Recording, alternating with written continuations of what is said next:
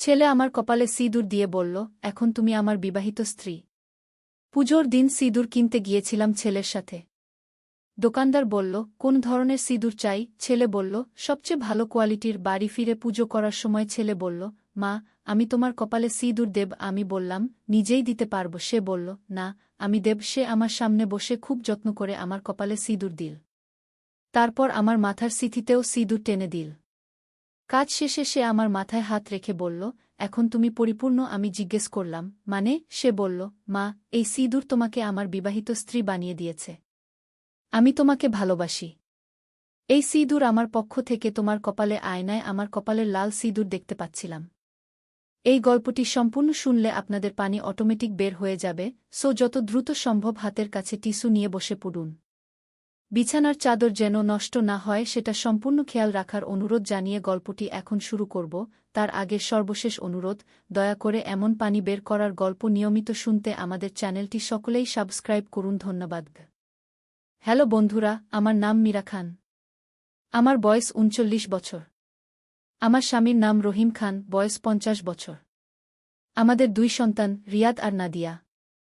রিয়াদ ২০ বছর বয়সী, বিশ্ববিদ্যালয়ে পড়ে। নাদিয়া ১৩ বছর বয়সী, হাই স্কুলে যায়। আজকের এই ঘটনা আমার জীবনের সবচেয়ে বিস্ময়কর ও রহস্যময় অভিজ্ঞতা।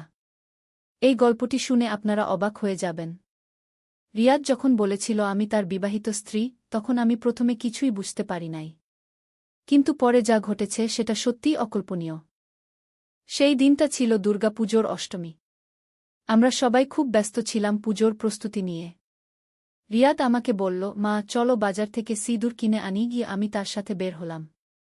পথে যেতে যেতে রিয়াদ আমাকে অনেক অদ্ভুত কথা বলতে লাগল। সে বলল, মা, তুমি জানো আমাদের পরিবারে একটা পুরানো ঐতিহ্য আছে?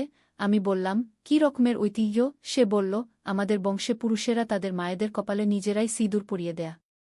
এতে করে মায়ের সাথে ছেলের একটা বিশেষ বন্ধন তৈরি হয়। আমি বললাম, এরকম কোনো ঐতিহ্য তো আমি জানি না। রিয়াদ হাসতে হাসতে বলল, মা, তুমি অনেক কিছুই জানো না। আমাদের পূর্বপুরুষদের অনেক গোপন রীতিনীতি আছে। কি তার কথা শুনে আমার কেমন যেন গা শিউরে উঠল। কিন্তু ভাবলাম, ছেলে হয়তো মজা করেই বলছে। দোকানে গিয়ে দোকানদার আমাদের দিকে তাকিয়ে বলল, কি চাই আপনাদের? রিয়াদ বলল, সবচেয়ে ভালো মানের সিঁদুর দিন। কি? দোকানদার একটা বিশেষ ধরনের সিঁদুরের কৌটা বের করে বলল, এইটা খুবই দামি সিঁদুর। এই সিঁদুর খুব পবিত্র জায়গা থেকে আনা। যে মহিলার কপালে এই সিঁদুর পরানো হয়, তার সাথে যে পুরুষের বিশেষ সম্পর্ক তৈরি হয়। রিয়াদ খুশি হয়ে বলল, এইটাই দিন। আমি কিছুটা অবাক হয়ে বললাম, এত দামি সিঁদুর কেন? রিয়াদ বলল, মা, আজ খুব বিশেষ দিন, তাই বিশেষ সিঁদুর লাগবে। বাড়ি ফিরে এসে রিয়াদ আমাকে বলল, মা, তুমি আয়নার সামনে বসো। আমি তোমার কপালে সিঁদুর দেব। আমি বললাম, আরে পাগল, আমি নিজেই দিয়ে নেব। কিন্তু রিয়াদ জিদ করে বলল, না মা, আজ আমি দেব। এটা আমাদের পারিবারিক ঐতিহ্য। আমি তার জিদের কারণে রাজি হয়ে গেলাম। রিয়াদ খুব সাবধানে আমার কপালে সিঁদুর দিতে শুরু করল। তার হাতের স্পর্শ অনুভব করে আমার কেমন যেন একটা অদ্ভুত অনুভূতি হচ্ছিল। সে আমার কপালে সিঁদুর দেওয়ার পর আমার সিথিতেও সিঁদুর টেনে দিল। তারপর সে আমার মাথায় হাত রেখে বলল, এখন তুমি পরিপূর্ণ। আমি জিজ্ঞেস করলাম, মানে কি? রিয়াদ গভীরভাবে আমার চোখের দিকে তাকিয়ে বলল, মা, এই সিঁদুর তোমাকে আমার বিবাহিত স্ত্রী বানিয়ে দিয়েছে। আমি তোমাকে ভালোবাসি। এই সিঁদুর আমার পক্ষ থেকে তোমার কপালে। আমি প্রথমে কিছুই বুঝতে পারলাম না। ভাবলাম ছেলে হয়তো কোনো নাটকের সংলাপ বলছে। কিন্তু তার চোখের দিকে তাকিয়ে দেখলাম সে খুবই গম্ভীর। আমি বললাম, রিয়াদ, তুমি কি বলছ? রিয়াদ আমার হাত ধরে বলল, মা, আমি জানি এটা শুনতে অদ্ভুত লাগছে, কিন্তু আমাদের পরিবারে এইরকম একটা নিয়ম আছে। যখন ছেলে তার মায়ের কপালে নিজের হাতে সিঁদুর পরায়, তখন তারা আধ্যাত্মিকভাবে স্বামী স্ত্রীর মতো বন্ধনে আবদ্ধ হয়। আমি হতভম্ব হয়ে বললাম, এ কেমন কথা রিয়াদ? তুমি আমার ছেলে? রিয়াদ বলল, হ্যাঁ মা, আমি তোমার ছেলে।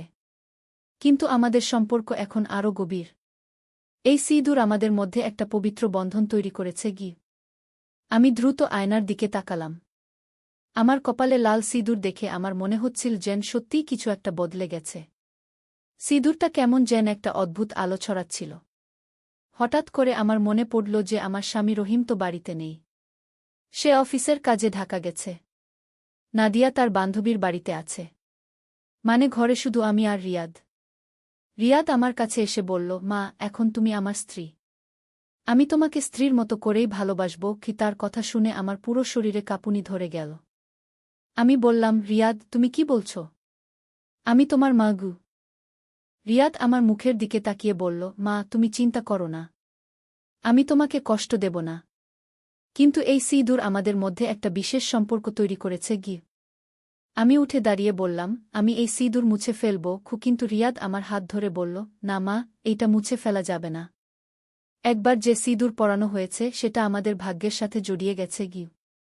আমি বুঝতে পারছিলাম না এই পরিস্থিতিতে কি করব। রিয়াদ আমার কাছে এসে আস্তে আস্তে বলল, মা, তুমি ভয় পেও না। আমি তোমাকে সম্মান করি। কিন্তু আজ থেকে আমাদের সম্পর্ক আগের মতো থাকবে না গি। আমি তার কথা শুনে আরও বেশি অস্বস্তি বোধ করতে লাগলাম। হঠাৎ করে দরজার কলিং বেল বাজল।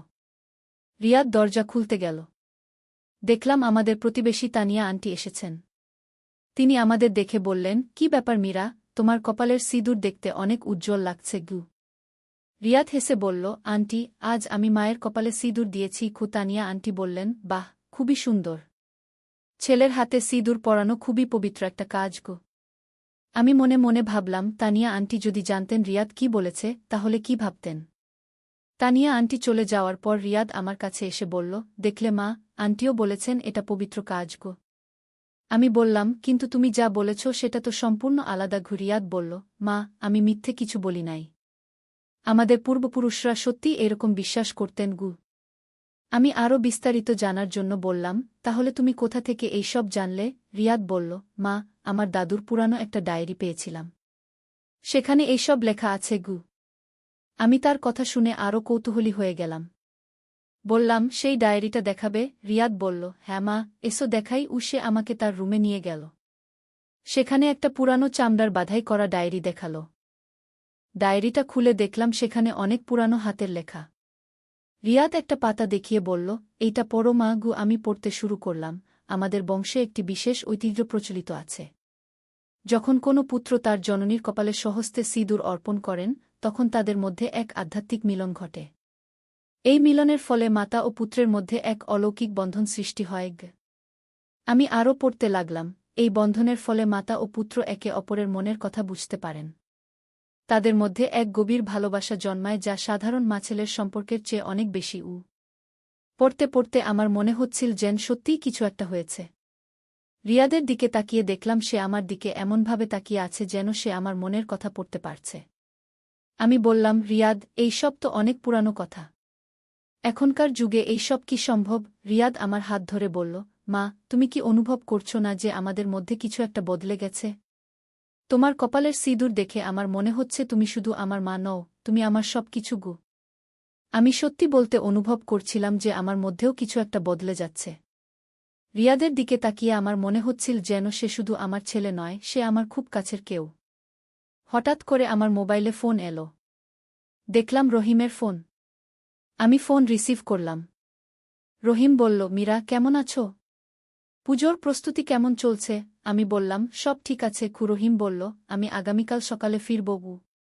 ফোন রাখার পর রিয়াদ বলল, মা, আব্বু কাল আসবেন? আমি বললাম, হ্যাঁ। রিয়াদ একটু চিন্তিত হয়ে বলল, তাহলে তো আব্বু আমাদের এই বিশেষ সম্পর্কের কথা জানতে পারবেন। আমি বললাম, আমরা তো কিছু করি নাই। রিয়াদ বলল, না মা, কিন্তু তোমার কপালের এই সিঁদুর দেখে আব্বু বুঝে যাবেন যে কিছু একটা আলাদা হয়েছে গি। আমি আয়নার দিকে তাকিয়ে দেখলাম আমার কপালের সিঁদুরটা সত্যিই অন্যরকম দেখাচ্ছে। এটা আগের চেয়ে অনেক বেশি উজ্জ্বল এবং সুন্দর লাগছে। সন্ধ্যা হয়ে এল। আমরা দুজনে একসাথে রান্না করলাম। রিয়াদ খুব যত্ন করে আমাকে সাহায্য করছিল। আমার মনে হচ্ছিল যেন সত্যিই আমাদের মধ্যকার সম্পর্কটা আগের চেয়ে অনেক বেশি গভীর হয়ে গেছে। খাওয়ার সময় রিয়াদ আমাকে নিজের হাতে খাওয়াতে চাইল। আমি বললাম, আরে পাগল, আমি নিজেই খেতে পারি। কিন্তু রিয়াদ বলল, না মা, আজ আমি তোমাকে খাওয়াবো। তার এই আচরণ দেখে আমার কেমন যেন ভালো লাগছিল। রাতের সময় যখন আমি শুতে যাচ্ছিলাম, তখন রিয়াদ আমার কাছে এসে বলল, মা, আমি তোমার রুমে ঘুমাবো। আমি অবাক হয়ে বললাম, কেন? রিয়াদ বলল, আজ আমাদের বিশেষ দিন। আমি তোমার কাছে থাকতে চাই। আমি বুঝতে পারছিলাম না কি করব। একদিকে রিয়াদ আমার ছেলে, অন্যদিকে তার এই আচরণ আমাকে অস্বস্তিতে ফেলছে। কিন্তু সেই সাথে একটা অদ্ভুত ভালোলাগাও কাজ করছিল। আমি বললাম, ঠিক আছে, কিন্তু তুমি তোমার বিছানায় শুয়ে থাকবে। রিয়াদ বলল, ঠিক আছে মা। সে একটা গদি নিয়ে আমার রুমের মেঝেতে বিছিয়ে শুয়ে পড়ল। রাতে আমার ঘুম হচ্ছিল না। মাথায় নানা রকমের চিন্তা ঘুরছিল। হঠাৎ করে রিয়াদ বলল, মা তুমি কি জেগে আছো? আমি বললাম, হ্যাঁ। রিয়াদ বলল, আমারও ঘুম হচ্ছে না। সে উঠে আমার বিছানার পাশে এসে বসল। বলল, মা আমি তোমার হাত ধরে থাকতে পারি? আমি তার দিকে তাকিয়ে দেখলাম তার চোখে একটা অদ্ভুত আবেগ। আমি তার হাতটা আমার হাতের মধ্যে নিলাম। রিয়াদ বলল, মা আমার মনে হচ্ছে আজকের পর থেকে আমরা আগের চেয়ে অনেক কাছাকাছি হয়ে গেছি। আমিও অনুভব করছিলাম একই রকম। বললাম, হ্যাঁ রিয়াদ, আমারও তাই মনে হচ্ছে। আমরা দুজনে অনেক রাত পর্যন্ত কথা বললাম। রিয়াদ আমাকে তার মনের গভীরের অনেক কথা বলল। আমিও তার সাথে আমার মনের কথা শেয়ার করলাম। মনে হচ্ছিল যেন আমরা দুজনে খুবই কাছের বন্ধু। পরের দিন সকালে উঠে দেখলাম রিয়াদ আমার জন্য চা বানিয়ে রেখেছে। আমাকে দেখে বলল, মা চা খাও। আমি চা খেতে খেতে লক্ষ্য করলাম আমার কপালের সিঁদুরটা আরও উজ্জ্বল হয়ে গেছে। রিয়াদ বলল, মা তোমার সিঁদুর দেখতে আরও সুন্দর লাগছে। আমি আয়নার দিকে তাকিয়ে দেখলাম সত্যিই সিঁদুরটা খুবই সুন্দর দেখাচ্ছে। হঠাৎ করে আমাদের দরজার কলিং বেল বাজল। রিয়াদ দরজা খুলে দেখল রহিম ফিরে এসেছেন। আমি দ্রুত রান্নাঘরে গিয়ে স্বাভাবিক হওয়ার চেষ্টা করলাম। রহিম ঘরে ঢুকে আমাকে দেখে বলল, মীরা তোমার কপালের সিঁদুর দেখতে খুবই সুন্দর লাগছে। আমি একটু ঘাবড়ে গিয়ে বললাম, হ্যাঁ, গতকাল পুজোর দিন লাগিয়েছিলাম। রহিম বলল, বেশ ভালো লাগছে। রিয়াদ এসে বলল, আব্বু আমি মায়ের কপালে সিঁদুর দিয়েছি। রহিম হেসে বলল, বাহ, ছেলের হাতে সিঁদুর, এটা তো খুবই ভালো। আমি মনে মনে একটু স্বস্তি পেলাম যে রহিম কিছু সন্দেহ করেনি। কিন্তু রিয়াদের দিকে তাকিয়ে দেখলাম সে একটু অস্বস্তিতে আছে। দুপুরের খাওয়ার সময় আমরা সবাই একসাথে বসলাম। নাদিয়াও ফিরে এসেছে। সে আমার কপালের সিঁদুর দেখে বলল, মা তোমার সিঁদুর খুবই সুন্দর। রিয়াদ বলল, আমি দিয়েছি। নাদিয়া খুশি হয়ে বলল, বাহ ভাই, খুব সুন্দর দিয়েছিস। খাওয়ার পর রহিম অফিসের কাগজপত্র নিয়ে ব্যস্ত হয়ে গেল। নাদিয়া তার পড়াশোনায় মন দিল। আমি আর রিয়াদ একা হলাম। রিয়াদ আমার কাছে এসে আস্তে করে বলল, মা আব্বু কিছু বুঝতে পারেননি। আমি বললাম, এমন কিছু তো বোঝার নেই। রিয়াদ বলল, কিন্তু মা আমাদের মধ্যে যে বিশেষ বন্ধন তৈরি হয়েছে সেটা তো আছেই। আমি তার কথা শুনে বুঝতে পারছিলাম যে সত্যিই আমাদের মধ্যে কিছু একটা বদলে গেছে। রিয়াদের প্রতি আমার একটা অন্যরকম অনুভূতি জন্মেছে। সেই দিন থেকে রিয়াদের আচরণ সম্পূর্ণ বদলে গেল। সে আমার প্রতি অনেক বেশি মনোযোগী হয়ে গেল। আমার যেকোনো প্রয়োজনে সে তৎক্ষণাৎ এগিয়ে আসত। একদিন সকালে রিয়াদ আমাকে বলল, মা আমি তোমার জন্য একটা বিশেষ উপহার এনেছি। আমি জিজ্ঞেস করলাম, কি উপহার? সে একটা ছোট্ট বাক্স বের করে আমার হাতে দিল। বাক্সটা খুলে দেখলাম ভিতরে একটা খুবই সুন্দর সোনার চেইন আছে। আমি অবাক হয়ে বললাম, এত দামি জিনিস কোথা থেকে কিনলে? রিয়াদ বলল, আমার সঞ্চয়ের টাকা দিয়ে। তোমার জন্য। আমি তার এই ভালোবাসা দেখে অভিভূত হয়ে গেলাম। বললাম, এত দামি জিনিস আমি নিতে পারি না। রিয়াদ বলল, মা তুমি আমার সবচেয়ে প্রিয় মানুষ। তোমার জন্য কিছু করতে পারলে আমার খুব খুশি লাগে। সেই দিন থেকে প্রতিদিনই রিয়াদ আমার জন্য কিছু না কিছু নিয়ে আসত। কখনো ফুল, কখনো চকলেট, কখনো কোনো ছোট উপহার। একদিন রহিম আমাকে জিজ্ঞেস করল, মীরা রিয়াদের আচরণ কি একটু অদ্ভুত লাগছে? সে তোমার প্রতি অনেক বেশি মনোযোগী হয়ে গেছে। আমি একটু ঘাবড়ে গিয়ে বললাম, না তো, সে শুধু আমাকে একটু বেশি যত্ন নিচ্ছে। রহিম বলল, হয়তো ছেলে বড় হয়ে গেছে তাই। আমি মনে মনে স্বস্তি পেলাম। এরকম ভাবে দিন কাটতে লাগল। রিয়াদের সাথে আমার সম্পর্ক দিন দিন আরও গভীর হতে লাগল। আমরা দুজনে একসাথে অনেক সময় কাটাতাম। সে আমাকে তার জীবনের সব কথা বলত, আমিও তার সাথে আমার মনের কথা শেয়ার করতাম। একদিন রিয়াদ আমাকে বলল, মা আমি তোমাকে একটা বিশেষ জায়গায় নিয়ে যেতে চাই। আমি জিজ্ঞেস করলাম, কোথায়? রিয়াদ বলল, সেটা গিয়েই দেখবে। পরের দিন সকালে আমরা দুজনে বের হলাম। রিয়াদ আমাকে শহরের বাইরে একটা পুরানো মন্দিরে নিয়ে গেল। মন্দিরটা খুবই সুন্দর এবং শান্ত একটা জায়গায় অবস্থিত। রিয়াদ বলল, মা এই মন্দিরে আমাদের পূর্বপুরুষরা পুজো করতেন। আমি চাই তুমি এখানে একটা মানত করো। আমি জিজ্ঞেস করলাম, কি মানত? রিয়াদ বলল, আমাদের এই বিশেষ সম্পর্ক যেন চিরকাল থাকে। আমি তার কথা শুনে কিছুটা দ্বিধায় পড়ে গেলাম। কিন্তু রিয়াদের আগ্রহ দেখে আমি রাজি হয়ে গেলাম। আমরা দুজনে মিলে মন্দিরে পুজো করলাম এবং মানত করলাম। মন্দির থেকে ফেরার পথে রিয়াদ আমাকে বলল, মা, আজ থেকে আমাদের বন্ধন আরও শক্তিশালী হয়ে গেল। আমি তার কথা শুনে একটা অদ্ভুত অনুভূতি পেলাম। বাড়ি ফিরে এসে দেখলাম রহিম আর নাদিয়া আমাদের জন্য অপেক্ষা করছে। রহিম জিজ্ঞেস করল, কোথায় গিয়েছিলে? রিয়াদ বলল, মায়ের সাথে একটু ঘুরতে গিয়েছিলাম গু। সেই রাতে রিয়াদ আবার আমার রুমে ঘুমাল। আমরা দুজনে অনেক রাত পর্যন্ত কথা বললাম। রিয়াদ আমাকে বলল, মা, আমি চাই আমাদের এই সম্পর্ক কেউ না জানুক। আমি বললাম, কেন? রিয়াদ বলল, মানুষ বুঝবে না, তারা আমাদের ভুল বুঝবে গু। আমি তার কথার সাথে একমত হলাম। আমরা ঠিক করলাম যে আমাদের এই বিশেষ সম্পর্কের কথা শুধু আমরা দুজনেই জানব। এরকম ভাবে মাস খানেক কেটে গেল। আমাদের সম্পর্ক দিন দিন আরও গভীর হচ্ছিল। রিয়াদ আমার প্রতি এমন যত্নশীল হয়ে গিয়েছিল যে মনে হচ্ছিল সত্যিই সে আমার স্বামীর মতো। একদিন হঠাৎ করে একটা অদ্ভুত ঘটনা ঘটল। আমি রান্নাঘরে কাজ করছিলাম, হঠাৎ করে মাথা ঘুরে আমি অজ্ঞান হয়ে পড়ে গেলাম। রিয়াদ দৌড়ে এসে আমাকে তুলে ধরল। আমি জ্ঞান ফিরে পেয়ে দেখলাম রিয়াদ আমার পাশে বসে আছে। তার চোখে পানি। সে বলল, মা, তোমার কি হয়েছিল? আমি খুব ভয় পেয়েছি।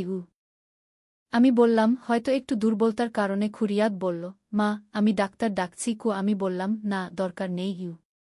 কিন্তু রিয়াদ আমার কথা না শুনে ডাক্তার ডাকল। ডাক্তার এসে আমাকে চেক আপ করলেন। তিনি বললেন, আপনার শরীরে একটু দুর্বলতা আছে।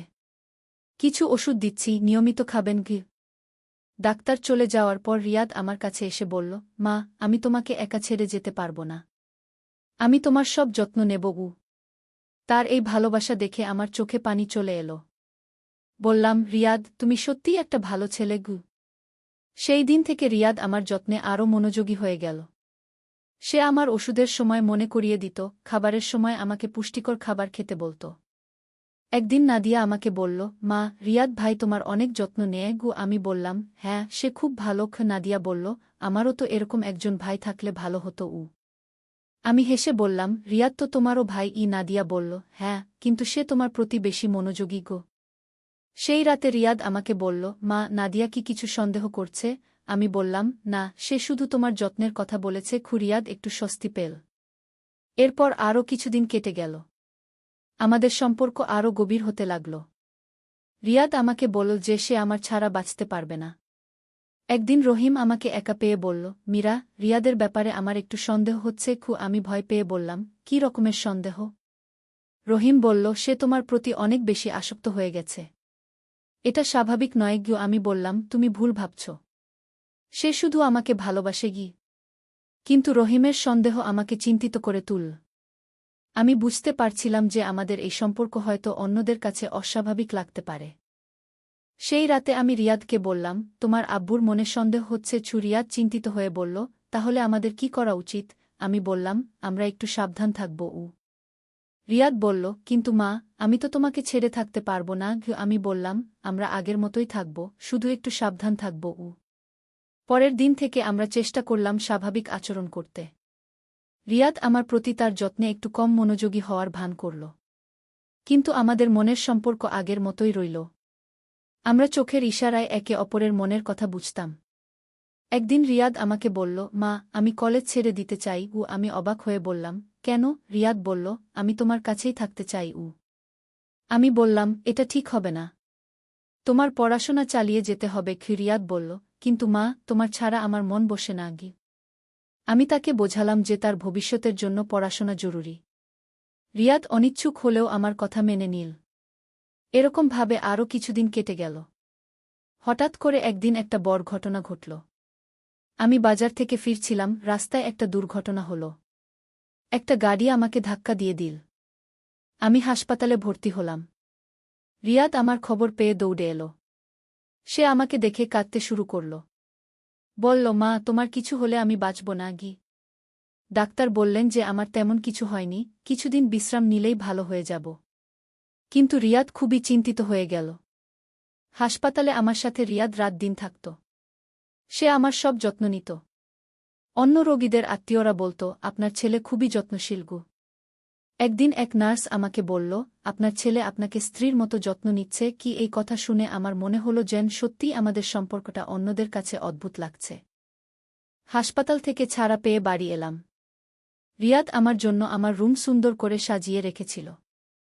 সে বলল, মা, এখন তুমি সুস্থ হয়ে গেছ। আমি খুব খুশি গু। সুস্থ হয়ে ওঠার পর আমি একদিন রিয়াদকে বললাম, তুমি এত যত্ন নিলে কেন? রিয়াদ আমার হাত ধরে বলল, মা, তুমি তো জানো আমি তোমাকে কতটা ভালোবাসি। হঠাৎ করে আমার মনে পড়ল সেই পুরানো ডায়েরির কথা। আমি বললাম, রিয়াদ, সেই ডায়েরিটা আবার দেখাবে? রিয়াদ ডায়েরিটা নিয়ে এলো। আমি আরও কয়েকটা পাতা উল্টিয়ে পড়তে লাগলাম। একটা পাতায় লেখা ছিল, এই বিশেষ সিঁদুরের প্রভাব 6 মাস পর্যন্ত থাকে। তারপর এই প্রভাব আস্তে আস্তে কমতে থাকে গিউ।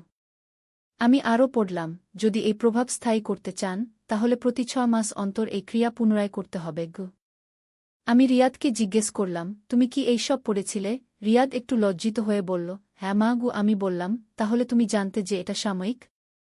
রিয়াদ বলল, হ্যাঁ মা, কিন্তু আমি চাই এই প্রভাব চিরকাল থাকুক গু। আমি তার দিকে তাকিয়ে দেখলাম তার চোখে একটা অদ্ভুত আকুলতা। আমি বললাম, রিয়াদ, এই সব তো কুসংস্কার। তুমি কেন এই সবে বিশ্বাস করো? রিয়াদ বলল, মা, তুমি কি অনুভব করো না যে আমাদের মধ্যে সত্যিই কিছু বদলে গেছে? আমি সত্যি বলতে অনুভব করছিলাম। কিন্তু এখন আমার মনে সন্দেহ হচ্ছিল যে এটা শুধু মনোবৈজ্ঞানিক প্রভাব কিনা। সেই রাতে আমি অনেক চিন্তা করলাম। আমার মনে হচ্ছিল যে আমাদের এই সম্পর্ক হয়তো অস্বাভাবিক। আমি ঠিক করলাম যে আমি রিয়াদের সাথে এই বিষয়ে আলোচনা করব। পরের দিন সকালে আমি রিয়াদকে বললাম, আমাদের একটু কথা বলা দরকার। রিয়াদ জিজ্ঞেস করল, কি নিয়ে মা? আমি বললাম, আমাদের এই সম্পর্ক নিয়ে কি। আমি তাকে বোঝানোর চেষ্টা করলাম যে আমাদের এই সম্পর্ক স্বাভাবিক নয়। আমি বললাম, রিয়াদ, আমি তোমার মা। আমাদের মধ্যে মাছেলের সম্পর্কই থাকা উচিত কে? রিয়াদ বলল, কিন্তু মা, আমাদের মধ্যে যে বিশেষ বন্ধন তৈরি হয়েছে সেটা তো সত্যি কি? আমি বললাম, হয়তো সেটা শুধু আমাদের মনের ভুল। রিয়াদ একটু চিন্তিত হয়ে বলল, মা, তুমি কি চাও এই সম্পর্ক শেষ হয়ে যাক? আমি বললাম, আমি চাই আমরা স্বাভাবিক মাছেলের মতো থাকি। রিয়াদ দুঃখিত হয়ে বলল, ঠিক আছে মা, যদি তুমি চাও। কিন্তু আমি দেখলাম তার চোখে পানি। সেই দিন থেকে রিয়াদ আমার প্রতি আগের মতো মনোযোগী হওয়া বন্ধ করে দিল। সে আমার সাথে কম কথা বলতে লাগল। তার এই পরিবর্তন দেখে আমার কেমন যেন খারাপ লাগছিল। কয়েকদিন পর আমি লক্ষ্য করলাম যে আমার কপালের সিঁদুরটা আগের চেয়ে কম উজ্জ্বল দেখাচ্ছে। আমার মনে পড়ল ডায়েরিতে লেখা কথা যে এর প্রভাব 6 মাস পর্যন্ত থাকে। আমি হিসেব করে দেখলাম যে প্রায় 6 মাস হয়ে গেছে সেই সিঁদুর পরানোর। আর রিয়াদের আচরণেও পরিবর্তন এসেছে। একদিন আমি রিয়াদকে জিজ্ঞেস করল। একদিন আলী সাহেব সোহেলের অফিসে এলেন। সোহেল তাকে দেখে অবাক হয়ে গেল। স্যার, আপনি এখানে? হ্যাঁ সোহেল, তোমার অফিস একবার দেখতে চাইলাম। খুব সুন্দর হয়েছে গু। আলী সাহেব পুরো অফিস ঘুরে দেখলেন। কর্মচারীদের সাথে কথা বললেন। তারপর সোহেলের রুমে এসে বসলেন। সোহেল, তুমি অনেক দূর এসেছ। মনে আছে 7 বছর আগে তুমি যখন আমার অফিসে প্রথম এসেছিলে? চা বানানোর কাজ করতে? হ্যাঁ স্যার, সব মনে আছে। আমি গর্বিত যে আমি তোমাকে একটা সুযোগ দিয়েছিলাম। আর তুমি সেই সুযোগকে কাজে লাগিয়েছ। জানো সফলতার মূল সূত্র কি? কি স্যার? কঠোর পরিশ্রম, সততা আর হাল না ছাড়া। তোমার মধ্যে এই 3টা গুণই আছে গু। সোহেল চোখে জল নিয়ে বলল, আপনি না থাকলে আজ আমি এখানে পৌঁছাতে পারতাম না স্যার। না সোহেল, আমি শুধু একটা দরজা খুলে দিয়েছিলাম। ভেতরে ঢুকে পথ তৈরি করেছ তুমি নিজে গু। আলী সাহেব চলে যাওয়ার আগে বললেন, আমার একটা বড় প্রজেক্ট আছে। একটা 20 ফ্লোর বিজনেস টাওয়ার। আমি চাই তুমি এই প্রজেক্টে আমার সাথে পার্টনার হও। 50-50। রাজি? সোহেল অবাক হয়ে গেল। এত বড় প্রজেক্ট? স্যার, আমার কি যথেষ্ট সামর্থ্য আছে? আছে। আমি বিশ্বাস করি। সোহেল রাজি হয়ে গেল। এটা তার জীবনের সবচেয়ে বড় প্রজেক্ট হবে। 50 অধ্যায়, বড় চ্যালেঞ্জ। 20 ফ্লোর বিজনেস টাওয়ারের কাজ শুরু হল।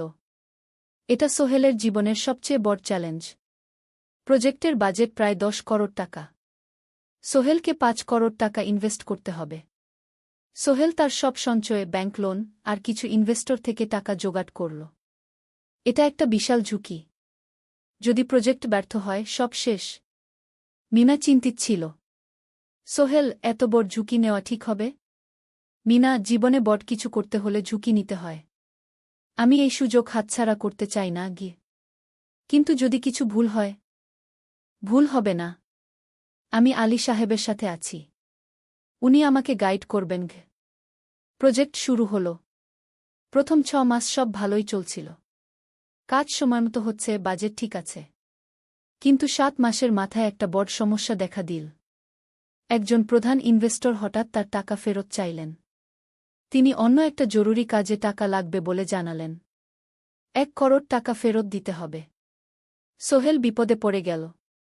1 করোড় টাকা এখন কোথায় পাবে? প্রজেক্টে সব টাকা ঢেলে দিয়েছে। সে আলী সাহেবের সাথে কথা বলল। আলী সাহেব বললেন, চিন্তা করো না, আমি ব্যবস্থা করছি। কিন্তু আলী সাহেবও বড় একটা প্রজেক্টে আটকে আছেন। তার হাতে লিকুইড ক্যাশ নেই। সোহেল অন্য ব্যাংক থেকে লোন নেওয়ার চেষ্টা করল। কিন্তু ব্যাংক বলল, ইতিমধ্যে তার অনেক লোন আছে, নতুন লোন দিতে পারবে না। সোহেল রাতে ঘুমাতে পারছিল না। খাওয়া দাওয়া বন্ধ করে দিয়েছিল। মিনা তাকে দেখে খুব চিন্তিত হয়ে গেল। সোহেল, প্লিজ নিজেকে এভাবে শেষ করে ফেলো না। কোনো একটা রাস্তা বের হবেই কিন্তু সোহেল কোনো রাস্তা দেখতে পাচ্ছিল না। ইনভেস্টর 15 দিন সময় দিয়েছে। 15 দিনের মধ্যে টাকা ফেরত না দিলে তিনি আইনি ব্যবস্থা নেবেন। 10 দিন কেটে গেল। সোহেল কোনো সমাধান খুঁজে পেল না। সে প্রায় হাল ছেড়ে দিয়েছিল। 11 দিনের দিন একটা অপ্রত্যাশিত ঘটনা ঘটল।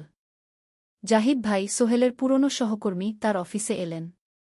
জাহিদ ভাই এখন একটা রিয়েল এস্টেট কোম্পানিতে সিনিয়র ম্যানেজার। সোহেল, আমি তোমার সমস্যার কথা শুনেছি। হ্যাঁ ভাই, আমি বিপদে পড়েছি। আমি তোমাকে সাহায্য করতে চাই। আমার কিছু সঞ্চয় আছে, 5 লাখ টাকা। তুমি নাও। সোহেল চোখে জল নিয়ে বলল, ভাই আমি কিছু বলার দরকার নেই। তুমি আমাকে অনেক কিছু শিখিয়েছ। তোমার কাছ থেকে পরিশ্রম আর সততা শিখেছি। এখন আমার পালা তোমাকে সাহায্য করার। জাহিদ ভাই চলে যাওয়ার পর আরও 2 জন এলো। একজন সোহেলের পুরনো ক্লায়েন্ট, আরেকজন তার কর্মচারী। 2 জন মিলে আরও 8 লাখ টাকা দিল। করিম মামা 20 লাখ টাকা ব্যবস্থা করলেন। তার কিছু বন্ধুদের কাছ থেকে ধার করে। মিনা তার সব গয়না বিক্রি করে 10 লাখ টাকা দিল। সবাই মিলে প্রায় 45 লাখ টাকা জোগাড় হল। বাকি 65 লাখ টাকা সোহেল তার অফিসের সব অ্যাসেট বিক্রি করে আর একটা প্রাইভেট ফিন্যান্স কোম্পানি থেকে উচ্চ সুদে লোন নিয়ে ব্যবস্থা করল। ঠিক 14 দিনের দিন সোহেল ইনভেস্টরকে 1 করোড় টাকা ফেরত দিল। ইনভেস্টর টাকা নিয়ে চলে গেলেন। সোহেল তার অফিসে ফিরে এসে চেয়ারে বসে কাঁদল। এত চাপ, এত টেনশন, সব যেন একসাথে বের হয়ে এলো। মিনা এসে তাকে জড়িয়ে ধরল। আমরা পেরেছি সোহেল, আমরা পেরেছি। ষোড়শ অধ্যায়, পুনরুদ্ধার। এই ঘটনার পর সোহেল আরও সাবধান হয়ে গেল। সে বুঝল, ব্যবসায় শুধু সাহস নয়, বুদ্ধিও লাগে। ঝুঁকি নিতে হয়, কিন্তু হিসাব করে। প্রজেক্ট চলতে থাকল। এবার সোহেল আরও সতর্কতার সাথে সবকিছু পরিচালনা করল। প্রতিটা খরচ হিসাব করল, প্রতিটা সিদ্ধান্ত ভেবেচিন্তে নিল।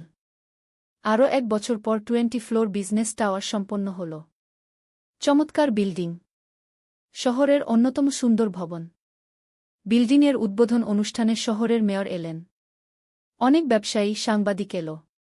সোহেলের নাম পত্রিকা ছাপা হল। স্বপ্নের শহরে এক তরুণ উদ্যোক্তার সফলতার গল্প। প্রজেক্ট থেকে সোহেলের লাভ হল প্রায় 2 করোড় টাকা। এই টাকা দিয়ে সে সব ঋণ শোধ করল। জাহিদ ভাইয়ের টাকা ফেরত দিল। করিম মামার ঋণ শোধ করল। যারা সাহায্য করেছিল সবাইকে টাকা ফেরত দিল। মিনার জন্য নতুন গয়না কিনল, আরও সুন্দর। তার মাকে গ্রামে একটা নতুন পাকা বাড়ি বানিয়ে দিল। মা কাঁদতে কাঁদতে বললেন, তোর বাবা বেঁচে থাকলে কত খুশি হতো। তুই আমার সব স্বপ্ন পূরণ করেছিস। সোহেল নিজেদের জন্য একটা ফ্ল্যাট কিনল। 4 রুমের ফ্ল্যাট, সমুদ্রের কাছে। এখন আর ভাড়া বাড়িতে থাকতে হয় না। সপ্তদশ অধ্যায়, প্রতিদান। সোহেল এখন একজন প্রতিষ্ঠিত উদ্যোক্তা। কিন্তু সে তার শেখ ভোলেনি। যে গ্রাম থেকে সে এসেছে, যারা তাকে সাহায্য করেছে, কাউকেই ভোলেনি। সে তার গ্রামে একটা স্কুল বানিয়ে দিল। সোহেল ফাউন্ডেশন স্কুল, গরিব ছেলেমেয়েরা ফ্রিতে পড়তে পারবে। ভালো শিক্ষক নিযোগ দিল। ভালো পড়াশোনার ব্যবস্থা করল। শহরে একটা ফ্রি মেডিকেল ক্লিনিক খুলল। গরিব মানুষরা ফ্রিতে চিকিৎসা পাবে। প্রতি বছর 10 জন মেধাবী কিন্তু গরিব ছাত্রছাত্রীকে স্কলারশিপ দেওয়া শুরু করল। তারা বিনামূল্যে পড়াশোনা করতে পারবে। একদিন একটা টিভি চ্যানেল সোহেলের ইন্টারভিউ নিতে এলো। আপনার সফলতার গোপন সূত্র কি? সোহেল একটু ভেবে বলল, কঠোর পরিশ্রম, সততা আর হাল না ছাড়া। এই 3টা জিনিস যদি কারো মধ্যে থাকে, সে যে কোনো কিছু অর্জন করতে পারে। আর সবচেয়ে বড় কথা, যারা আমাকে সাহায্য করেছে তাদের ছাড়া আমি কিছুই না। একা কেউ সফল হতে পারে না। আপনার পরবর্তী স্বপ্ন কি? আমি চাই আরও মানুষকে সাহায্য করতে। আমার মতো যারা গ্রাম থেকে শহরে আসে তাদের জন্য একটা ট্রেনিং সেন্টার খুলব। তারা সেখানে বিভিন্ন স্কিল শিখতে পারবে, চাকরি পাবে, নিজের পায়ে দাঁড়াতে পারবে। অষ্টাদশ অধ্যায়, নতুন প্রজন্ম। আরও 5 বছর কেটে গেল। সোহেল এখন 45 বছরের। তার মেয়ে সারা এখন 9 বছরের। স্কুলে ক্লাস 4-এ পড়ে। খুব মেধাবী মেয়ে। একদিন সারা বাবাকে জিজ্ঞেস করল, বাবা, তুমি কিভাবে এত বড় হলে? আমার বন্ধুরা বলে তুমি একজন সফল মানুষ গো। সোহেল তাকে কোলে নিয়ে বসল। বাবা, তুমি জানো তোমার দাদু ছিলেন একজন স্কুল শিক্ষক। খুব সৎ মানুষ। কিন্তু আমরা গরিব ছিলাম। আমি রিকশা চালাতাম। রিকশা? সত্যি? হ্যাঁ। তারপর আমি এই শহরে এলাম। অনেক কষ্ট করেছি, কিন্তু হাল ছাড়িনি। মানুষ আমাকে সাহায্য করেছে, আর আমি কঠোর পরিশ্রম করেছি। বাবা, আমিও কি তোমার মতো হতে পারব? অবশ্যই পারবে বাবা।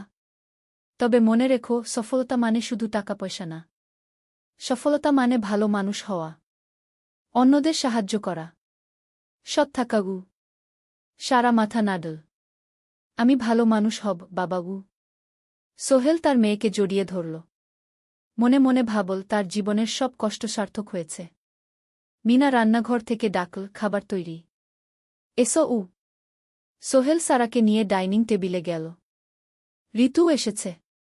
সে এখন বিয়ে করেছে, তার একটা ছেলে হয়েছে। সোহেলের মা মাঝে মাঝে চট্টগ্রামে বেড়াতে আসেন।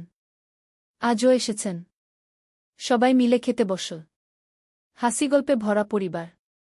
সোহেল তাকাল তার মায়ের দিকে, মিনার দিকে, সারার দিকে, ঋতুর দিকে। মনে হল, জীবনে আর কি চাই? খাওয়া শেষে সবাই বসে রইল, গল্প করছিল। হঠাৎ সোহেলের ফোন বাজল। অফিস থেকে। একটা জরুরি বিষয়। সোহেল ফোন রেখে দিয়ে মিনাকে বলল, একটা নতুন প্রজেক্টের প্রস্তাব এসেছে। একটা এতিমখানা বানানোর কাজ। সরকারি প্রজেক্ট। তুমি নেবে? অবশ্যই। এটা আমার স্বপ্নের প্রজেক্ট। যেসব বাচ্চাদের বাবা মা নেই তাদের জন্য একটা সুন্দর জায়গা। মিনা হাসল। তুমি কখনো বদলাও না। এখনো অন্যদের কথা ভাবো। এটাই তো জীবন মিনা। শুধু নিজের জন্য বাঁচলে কি হবে? 49 অধ্যায়, উত্তরাধিকার। 10 বছর আরও কেটে গেল। সোহেল এখন 55 বছরের। তার চুলে পাক ধরেছে, কিন্তু শক্তি এখনো আগের মতোই। সারা এখন 19 বছরের। সে বিশ্ববিদ্যালয়ে ইঞ্জিনিয়ারিং পড়ছে। সে চায় বাবার মতো কনস্ট্রাকশন ইন্ডাস্ট্রিতে কাজ করতে। একদিন সারা বাবাকে বলল, বাবা, আমি তোমার কোম্পানিতে কাজ করতে চাই। এখনো তো তোর পড়াশোনা বাকি। জানি, কিন্তু আমি এখন থেকেই শিখতে চাই। ছুটির দিনে তোমার সাথে সাইটে যেতে চাই। দেখতে চাই কিভাবে কাজ হয়। সোহেল খুশি হয়ে গেল। তার মেয়ে তার পথ অনুসরণ করতে চায়। ঠিক আছে, কিন্তু শর্ত হলো, তোকে সবকিছু নিজ থেকে শিখতে হবে। কোনো স্পেশাল ট্রিটমেন্ট পাবি না। আমি তো তাই চাই বাবাগু। সারা তার বাবার সাথে কাজ শিখতে শুরু করল। সে দেখল কিভাবে শ্রমিকরা কাজ করে, কিভাবে ম্যাটেরিয়াল বাছাই করতে হয়, কিভাবে একটা প্রজেক্ট ম্যানেজ করতে হয়। সোহেল তাকে কোনো সহজ পথ দিল না। সারাকেও সবার মতো কষ্ট করতে হল। সাইটে রোদে দাঁড়িয়ে থাকতে হল। শ্রমিকদের সাথে কথা বলতে হল। কিন্তু সারা হাল ছাড়ল না। সে তার বাবার মেয়ে। পরিশ্রম করতে জানে। 3 বছর পর সারা গ্রাজুয়েট হল। সে সোহেলের কোম্পানিতে জুনিয়র প্রজেক্ট ম্যানেজার হিসেবে যোগ দিল। সোহেল ধীরে ধীরে সারাকে বড় দায়িত্ব দিতে শুরু করল। সারা তার বাবার মতোই সৎ, পরিশ্রমী। 20 অধ্যায়, সমাপ্তি নয়, নতুন শুরু। আরও ৫ বছর পর। সোহেল এখন ৬০ বছরের। সে সিদ্ধান্ত নিল, এবার অবসর নেওয়ার সময় এসেছে। কোম্পানির দায়িত্ব সারাকে দেবে। একটা অনুষ্ঠান করা হল। সোহেল আনুষ্ঠানিকভাবে কোম্পানির চেয়ারম্যান পদ থেকে অবসর নিল। সারা হল নতুন ম্যানেজিং ডিরেক্টর। সোহেল তার বক্তব্যে বলল, আমি যখন এই শহরে এসেছিলাম আমার পকেটে ছিল মাত্র ৫,০০০ টাকা।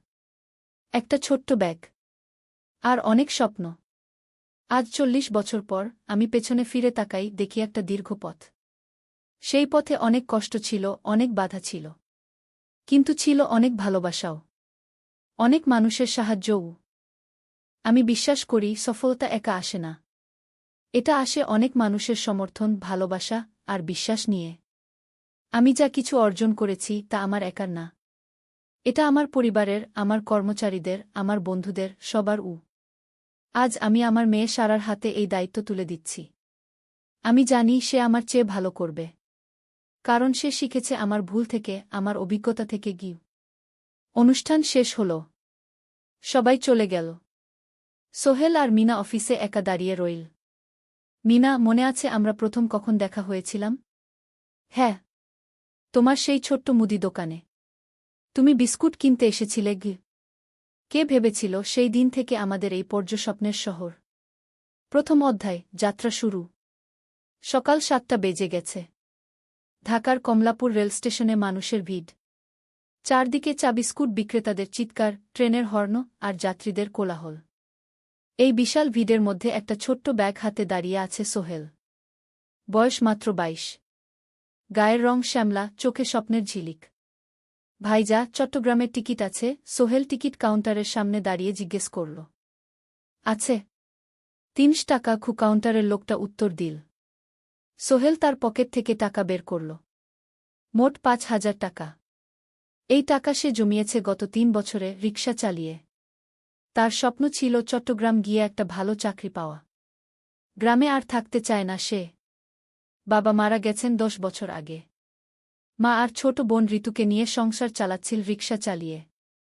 কিন্তু এভাবে তো আর সারা জীবন চলবে না। টিকিট কেটে সোহেল প্ল্যাটফর্মে এল। ট্রেন ছাড়বে আর মাত্র ১৫ মিনিট পরে। সে একটা বেঞ্চে বসে পড়ল। ব্যাগটা বুকের কাছে চেপে ধরল। এই ব্যাগে আছে তার সব সম্পদ, কিছু কাপড়, একটা ছোট্ট ফটো ফ্রেমে বাবা মায়ের ছবি, আর কিছু টাকা। কোথায় যাচ্ছেন? পাশে বসা একজন বয়স্ক মানুষ জিজ্ঞেস করলেন। চট্টগ্রাম কাকা। চাকরি খুঁজতে যাচ্ছি। সোহেল বিনয়ের সাথে উত্তর দিল। ভালো। তবে শহরে সাবধানে থাকবেন। শহর মানে অনেক সুযোগ, কিন্তু অনেক ফাঁদও আছে। বয়স্ক লোকটা বললেন। সোহেল মাথা নাড়ল। সে জানে শহরের জীবন সহজ না। কিন্তু তার কোনো বিকল্প নেই। গ্রামে রিকশা চালিয়ে মাসে ৩,৫০০ টাকা আয় হতো। তার মধ্যে সংসার চালাতে হতো, বোনের স্কুলের খরচ দিতে হতো, মায়ের ওষুধের খরচ দিতে হতো। কিছুই বাঁচত না। আর এই জীবন থেকে বেরোনোর একটাই পথ, শহরে গিয়ে ভালো কাজ খুঁজে নেওয়া। সোহেল মনে মনে ভাবল তার বাবার কথা। বাবা ছিলেন একজন স্কুল শিক্ষক। খুব সৎ মানুষ ছিলেন। সবসময় বলতেন, সোহেল, তুই লেখাপড়া শিখে বড় মানুষ হবি। আমাদের পরিবারে আর কেউ বড় চাকরি করেনি। তুই করবি। কিন্তু বাবা যখন মারা গেলেন তখন সোহেল মাত্র এসএসসি পরীক্ষা দিয়েছে। ফলাফল ভালো হয়েছিল, জিপিএ অর্ধচতু। কিন্তু বাবার মৃত্যুর পর আর পড়া হল না। পরিবারের দায়িত্ব নিতে হল। ট্রেন ছাড়ল। সোহেল জানালার পাশে বসে বাইরে তাকাল। ধানক্ষেত, নদী, ছোট ছোট গ্রাম, সব পেছনে ফেলে ট্রেন এগিয়ে চল। সোহেলের মনে হল সে যেন তার পুরনো জীবনটাকেও পেছনে ফেলে আসছে। ট্রেনে একজন হকার এসে চা বিক্রি করছিল। সোহেল একটা চা কিনল। ১০ টাকা। চা খেতে খেতে সে ভাবছিল, চট্টগ্রাম পৌঁছে কি হবে? করিম মামা তাকে সাহায্য করবেন তো? চাকরি পাওয়া যাবে তো? করিম মামা আসলে সোহেলের খুব দূর সম্পর্কের মামা। সোহেলের দাদির বোনের ছেলে। অনেক বছর আগে গ্রাম ছেড়ে চট্টগ্রামে চলে গিয়েছিলেন। সেখানে একটা কনস্ট্রাকশন কোম্পানিতে কাজ করেন। বছরে একবার দুবার গ্রামে আসতেন। গত বছর যখন এসেছিলেন তখন সোহেলের মাকে বলেছিলেন, সোহেলকে চট্টগ্রাম পাঠান। আমি একটা কাজের ব্যবস্থা করে দেব। সেই কথাতেই ভরসা করে সোহেল আজ এই যাত্রা। দ্বিতীয় অধ্যায়, নতুন শহর। চট্টগ্রাম পৌঁছাতে প্রায় 6 ঘণ্টা লেগে গেল। দুপুর 1টা বাজে। সোহেল স্টেশন থেকে বের হয়ে শহরের রাস্তায় দাঁড়াল। কি বিশাল শহর! এত গাড়ি, এত মানুষ। চারদিকে উঁচু উঁচু বিল্ডিং, দোকানপাট, মানুষের ভিড়। সোহেল কিছুক্ষণ দাঁড়িয়ে থাকল সব কিছু দেখতে দেখতে।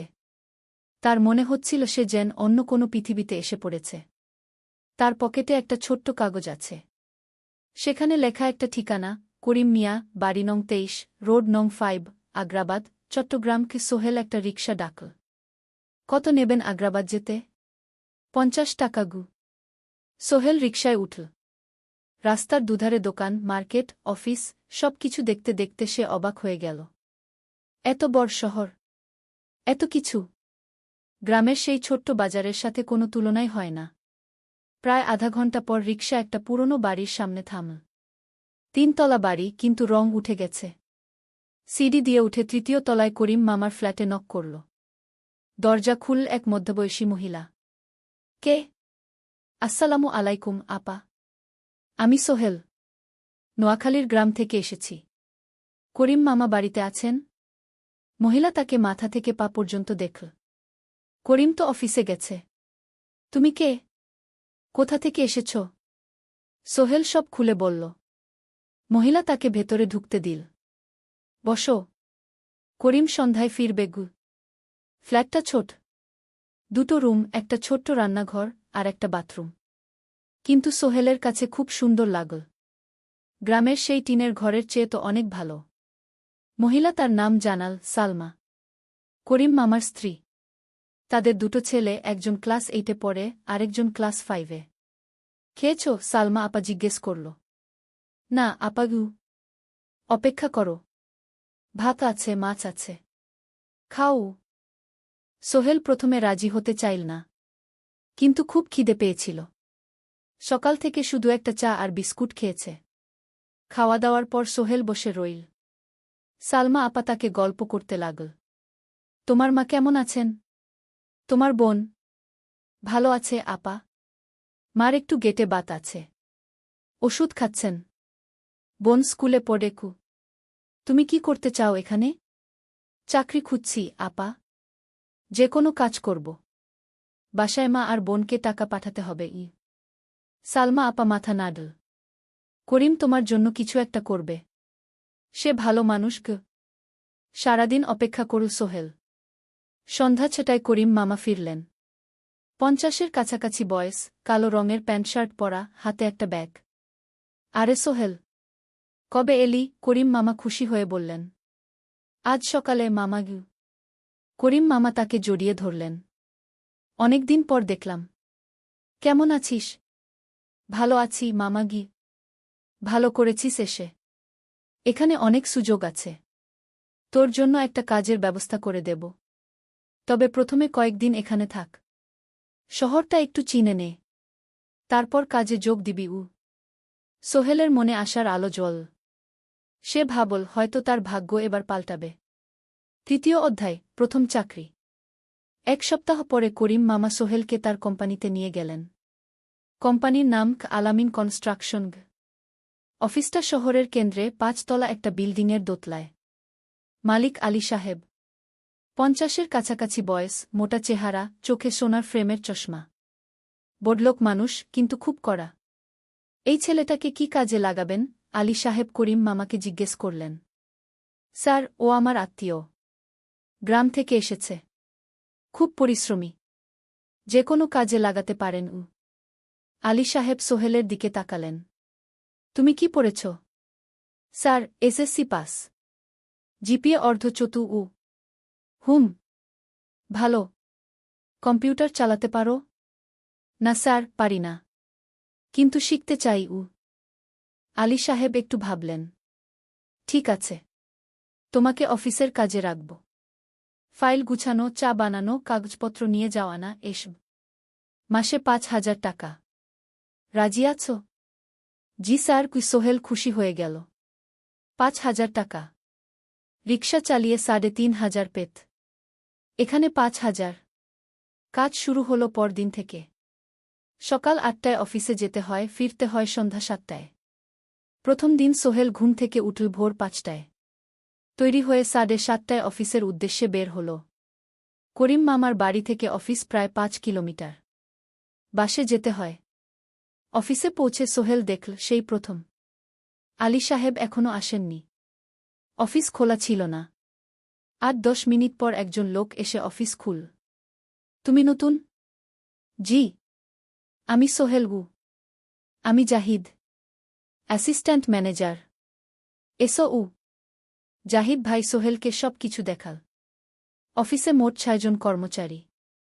২ জন ইঞ্জিনিয়ার, একজন অ্যাকাউন্ট্যান্ট, একজন অ্যাসিস্ট্যান্ট ম্যানেজার, জাহিদ ভাই, একজন রিসেপশনিস্ট, আর এখন সোহেল। সোহেলের কাজ শুরু হলো চা বানানো দিয়ে। তারপর অফিস পরিষ্কার করা, ফাইল গুছানো, কাগজপত্র এক জায়গা থেকে আরেক জায়গায় নিয়ে যাওয়া। কাজ কঠিন না, কিন্তু সারাদিন দৌড়ঝাঁপ করতে হয়। দুপুরে খাবারের জন্য আধা ঘণ্টা বিরতি। সোহেল একটা ছোট হোটেলে গিয়ে ভাতরাল তরকারি খেল। ৫০ টাকা। সন্ধ্যায় অফিস বন্ধ হল। সোহেল ক্লান্ত হয়ে বাসায় ফিরল। কেমন লাগল প্রথম দিন? করিম মামা জিজ্ঞেস করলেন। ভালো মামা। অনেক কিছু শিখলাম গ। প্রথম মাসের শেষে সোহেল বেতন পেল ৫,০০০ টাকা। সে ৩,০০০ টাকা মাকে পাঠাল। মা ফোনে কাঁদতে লাগলেন। আল্লাহ তোকে ভালো রাখুক সোহেল উ। সোহেলের চোখেও জল এল। তার মনে হল সে একটা বড় কাজ করতে পেরেছে। চতুর্থ অধ্যায়, শহরের জীবন। ৩ মাস কেটে গেল। সোহেল এখন শহরের সাথে মিশে গেছে। প্রতিদিন অফিসে যাও আসার পথে সে দেখে হাজারো মানুষের জীবন। কেউ সফল, কেউ ব্যর্থ, কিন্তু সবাই চলছে নিজের পথে। সোহেল অফিসের কাজের পাশাপাশি কম্পিউটার শেখার চেষ্টা করছে। অফিসে একটা কম্পিউটার আছে। যখন কেউ ব্যবহার করে না, তখন সোহেল একটু একটু শিখার চেষ্টা করে। জাহিদ ভাই তাকে সাহায্য করেন। সোহেল, তুমি যদি কম্পিউটার ভালোভাবে শিখতে পারো, তাহলে তোমার ভবিষ্যৎ উজ্জ্বল। জাহিদ ভাই একদিন বললেন। কিভাবে শিখব ভাই? ট্রেনিং সেন্টারে যাও। সন্ধ্যায় ক্লাস আছে। মাসে ২,০০০ টাকা লাগবে গে। সোহেল ভাবল, ২,০০০ টাকা অনেক, কিন্তু এটা বিনিয়োগ, ভবিষ্যতের জন্য। সে একটা ট্রেনিং সেন্টারে ভর্তি হল। সপ্তাহে ৩ দিন, সন্ধ্যা ৭:৩০ থেকে রাত ৯টা পর্যন্ত ক্লাস। কম্পিউটারের basic, MS Word, Excel, PowerPoint, internet ব্যবহার। একদিন অফিস থেকে ফেরার সময় সোহেল একটা দোকানে চা খেতে গেল। দোকানের পাশেই একটা ছোট্ট মুদি দোকান। সেখানে একটা মেয়ে বসে আছে। বয়স হবে ২০-এর কাছাকাছি। সাদাসিধে চেহারা, সাদা শাড়ি পরা, কিন্তু চোখে এক ধরনের দৃঢ়তা। ভাইজা, এক প্যাকেট বিস্কুট দেন কি? সোহেল বলল। মেয়েটা বিস্কুট দিল। ২০ টাকা। সোহেল টাকা দিয়ে যাচ্ছিল, হঠাৎ মেয়েটা বলল, আপনি নতুন এসেছেন এই এলাকায়, তাই না? হ্যাঁ। ৩ মাস হল। কিভাবে বুঝলেন? আপনার চেহারা দেখেই বোঝা যায়। এখনও গ্রামের ছোঁয়া আছে। আর আপনি প্রতিদিন এই পথ দিয়ে যান। দেখেছি কি? মেয়েটা হাসল। সোহেলও হেসে ফেল। আপনি খুব পর্যবেক্ষক মনে হচ্ছে গি। জীবনে অনেক কিছু দেখেছি, তাই মানুষকে চিনতে শিখেছি গ। আপনার নাম? মিনা। এই দোকান আমার বাবার। উনি অসুস্থ, তাই আমি দেখছি গু।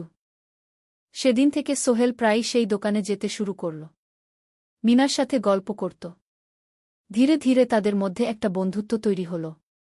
মিনাও তার জীবনের গল্প বলল। মিনার মা মারা গেছেন যখন সে মাত্র ৭ বছরের। বাবা আব্দুল হামিদ একা হাতে মিনাকে বড় করেছেন। মুদি দোকান দিয়ে সংসার চালান। মিনা কলেজে পড়ে, অনার্স সেকেন্ড ইয়ার। সকালে কলেজে যায়, দুপুরে ফিরে এসে দোকান সামলায়। বাবার হার্টের সমস্যা আছে, তাই ভারী কাজ করতে পারেন না। তোমার স্বপ্ন কি? একদিন সোহেল জিজ্ঞেস করল। গ্র্যাজুয়েশন শেষ করে একটা ভালো চাকরি করব। তারপর বাবাকে ভালো চিকিৎসা করাব। তুমি? আমিও চাকরি করে পরিবারকে ভালোভাবে দেখভাল করতে চাই। মা আর বোনকে নিয়ে শহরে আনব একদিন গু। দুজনেই নিজেদের স্বপ্নের কথা বলতে গিয়ে বুঝল তাদের স্বপ্ন অনেকটা একই রকম। পঞ্চম অধ্যায়, বিপদ। ৬ মাস কেটে গেল। সোহেল এখন আলী সাহেবের খুব প্রিয় কর্মচারী। সে শুধু চা বিস্কুট দেওয়ার কাজই করে না, এখন কম্পিউটারেও কিছু কাজ শিখেছে। ছোটখাটো টাইপিং, ডেটা এন্ট্রি, এসব করতে পারে। আলী সাহেব খুশি হয়ে তার বেতন বাড়িয়ে ৮,০০০ টাকা করে দিয়েছেন। একদিন রাতে সোহেল অফিস থেকে ফিরছিল। সেদিন একটু দেরি হয়ে গেছে। রাত প্রায় ৯টা। সাধারণত সোহেল সন্ধ্যা ৭:৩০টায় ফিরে। কিন্তু সেদিন অফিসে একটা জরুরি কাজ ছিল। বাস থেকে নেমে সোহেল বাড়ির দিকে হাঁটছিল। হঠাৎ একটা অন্ধকার গলিতে ৩ জন লোক তাকে ঘিরে ধরল। তাদের চেহারা দেখেই বোঝা যাচ্ছিল ভালো উদ্দেশ্য নিয়ে আসেনি। টাকা দে, তাড়াতাড়ি, একজন বলল। তার হাতে একটা ছুরি। সোহেল ভয় পেয়ে গেল। ভাই, আমার কাছে খুব কম টাকা আছে গি।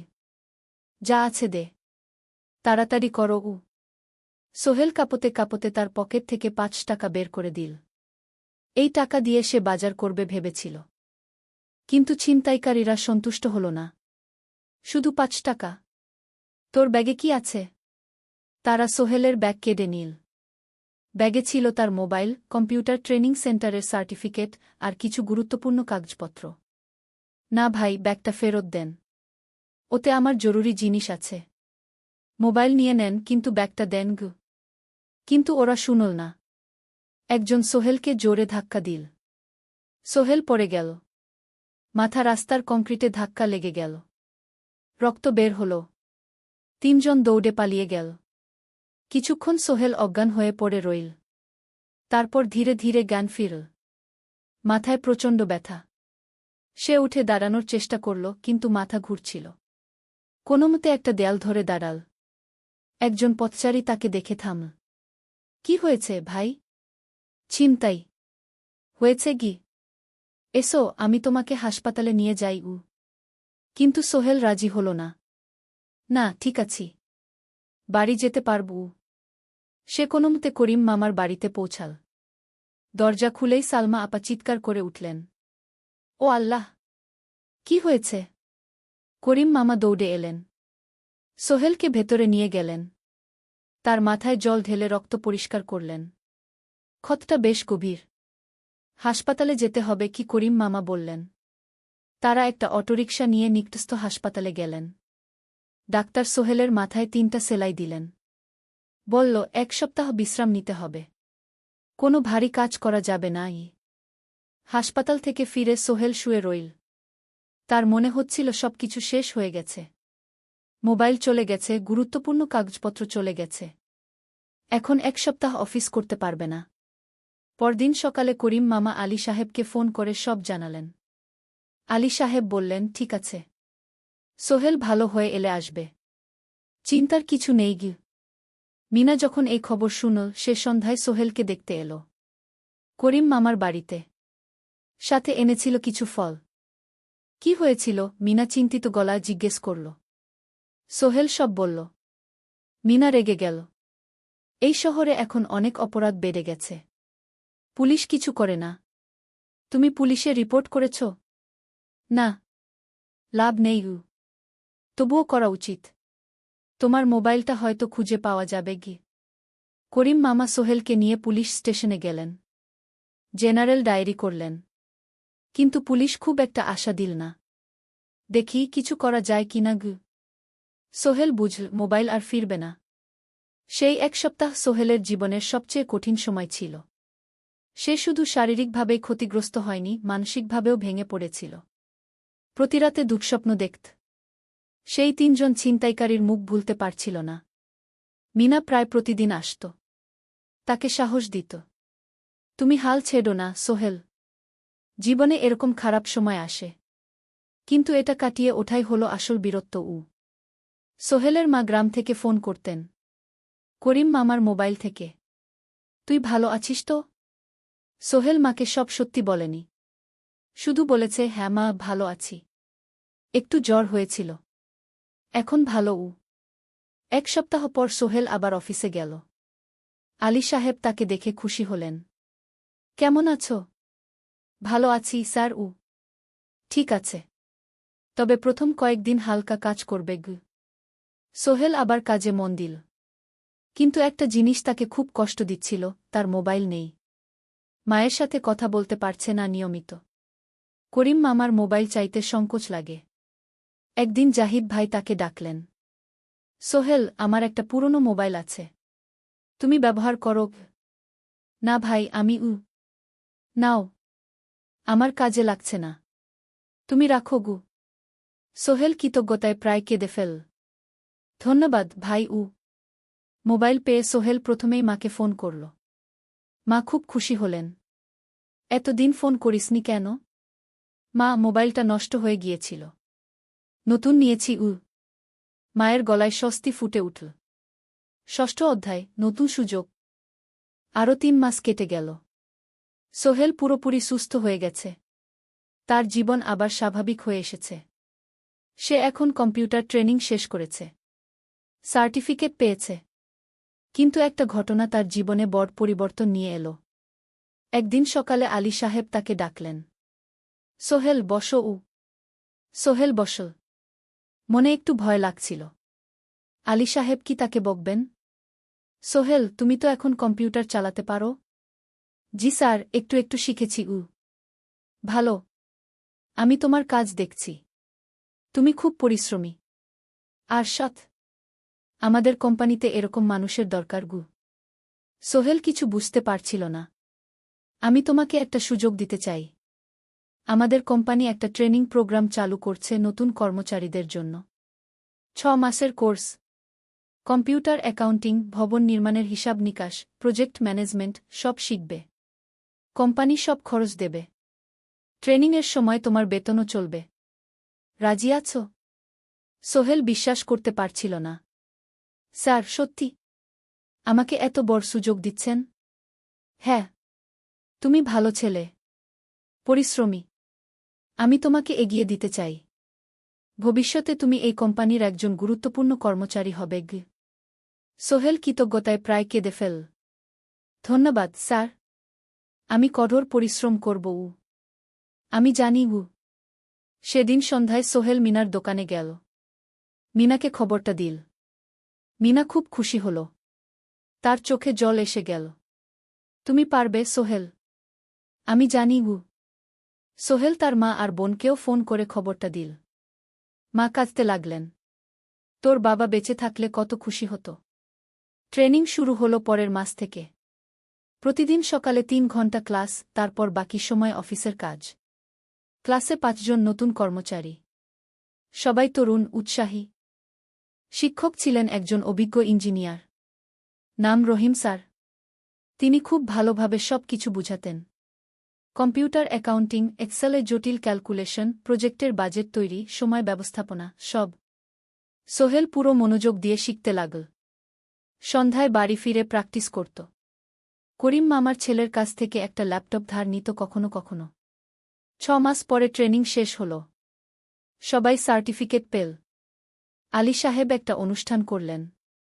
সোহেল সেরা পারফর্মার হিসেবে একটা বিশেষ পুরস্কার পেল, 5,000 টাকা বোনাস।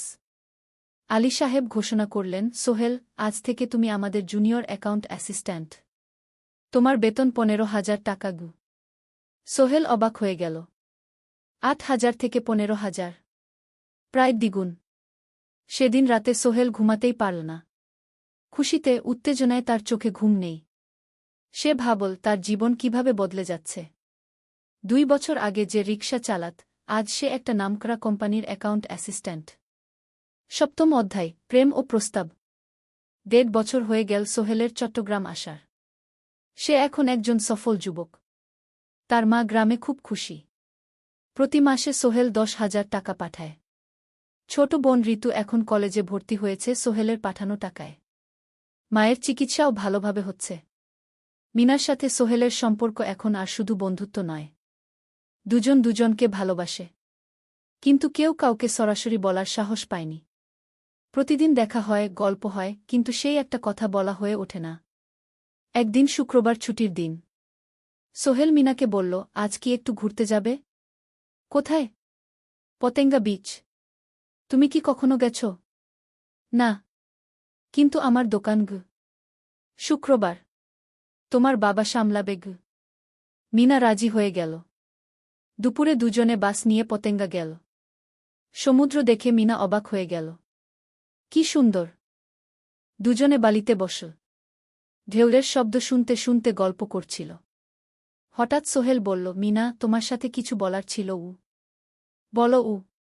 সোহেল একটা লম্বা শ্বাস নীল। তুমি জানো আমি তোমাকে ভালোবাসি উ। মিনা হাসল। তার চোখ ভিজে গেল। জানি। আমিও তোমাকে ভালোবাসি সোহেল গু। সোহেল অবাক হয়ে গেল। সত্যি? হ্যাঁ। অনেকদিন ধরেই জানি। তুমি আমার জীবনে এসে সব কিছু বদলে দিয়েছ। তোমার সাথে থাকলে আমার মনে হয় আমি যে কোনো কিছু করতে পারব গু।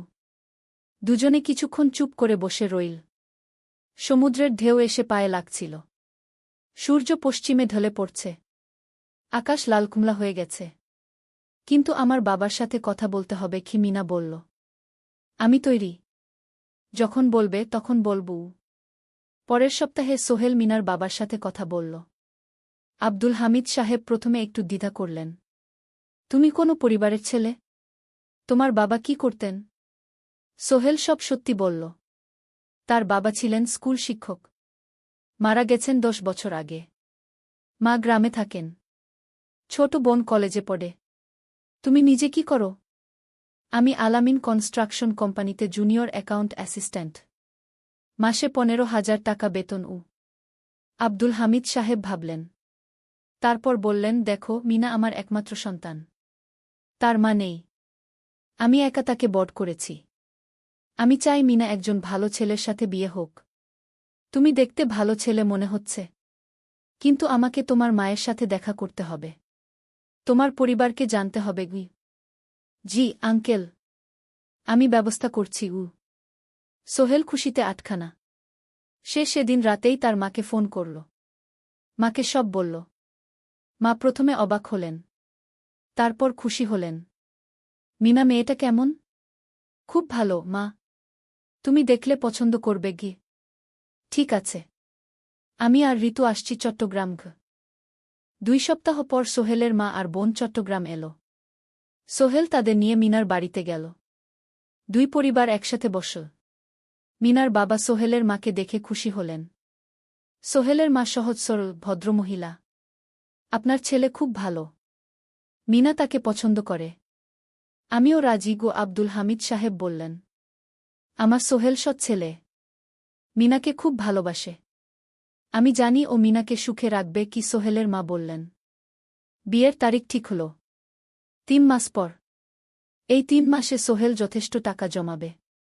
বিয়ে হবে সাদামাটা কিন্তু সুন্দর। 8ম অধ্যায় নতুন পথ। 3 মাস কেটে গেল দ্রুত। সোহেল প্রতিদিন কঠোর পরিশ্রম করছিল। অফিসে তার কাজের প্রশংসা হচ্ছে। আলী সাহেব তাকে এখন ছোটখাটো প্রজেক্টের হিসাব দেখতে দিচ্ছেন। সোহেল তার সঞ্চিত টাকা দিয়ে বিয়ের আয়োজন করল। বিয়ে হল মিনার বাড়ির কাছের একটা কমিউনিটি সেন্টারে। খুব বেশি লোক আসেনি। 2 পরিবারের আত্মীয় স্বজন আর অফিসের কয়েকজন সহকর্মী। কিন্তু অনুষ্ঠান ছিল খুব সুন্দর। সোহেল যখন মিনাকে বিয়ের পোশাকে দেখল তার মনে হল পৃথিবীর সবচেয়ে সুন্দর মেয়ে সে। লাল শাড়ি পরা, মুখে হালকা মেকআপ, কিন্তু তার স্বাভাবিক সৌন্দর্য ছিল আসল। বিয়ের পর সোহেল একটা ছোট্ট ফ্ল্যাট ভাড়া নিল। 2 রুমের ফ্ল্যাট, মাসে ভাড়া 5,000 টাকা।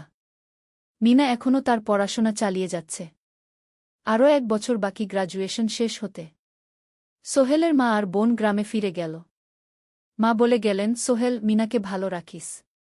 মেয়েরা অনেক ত্যাগ করে সংসার করতে গু। জানি মা গু। নতুন জীবন শুরু হল। সোহেল সকালে অফিসে যায়, সন্ধ্যায় ফেরে। মিনা সকালে কলেজে যায়, দুপুরে ফিরে রান্না করে, ঘর গোছায়। সন্ধ্যায় দুজনে একসাথে বসে পড়াশোনা করে, গল্প করে, টিভি দেখে। জীবন সুন্দর ছিল। কিন্তু চ্যালেঞ্জও ছিল। মাসিক খরচ, ভাড়া 5,000, বাজার 3,000, বিদ্যুৎ গ্যাস 1,000, মায়ের জন্য 5,000, মিনার কলেজের খরচ 1,200। মোট প্রায় 14,000 টাকা। বাঁচত মাত্র 1,000 খানেক। কিন্তু সোহেল হাল ছাড়ল না। সে সন্ধ্যায় একটা কম্পিউটার ট্রেনিং সেন্টারে পার্ট টাইম পড়ানো শুরু করল। সপ্তাহে 3 দিন 2 ঘন্টা করে। এতে মাসে আরও 3,000 টাকা আসতে লাগল। মিনাও বসে থাকল না। সে বাড়িতে বসে কয়েকজন স্কুলের ছাত্রছাত্রীকে টিউশন পড়াতে শুরু করল। মাসে 2,000 টাকা আয়। এভাবে কেটে গেল 6 মাস। দুজন মিলে পরিবার চালাচ্ছে, স্বপ্ন দেখছে। একদিন সোহেল বলল, মিনা আমি একটা নতুন স্বপ্ন দেখছি গু। কি? আমি নিজে একটা ছোট্ট কনস্ট্রাকশন কোম্পানি খুলতে চাই। ছোট ছোট প্রজেক্ট নেব। বাড়ি মেরামত, ছোট বিল্ডিং বানানো, এসব।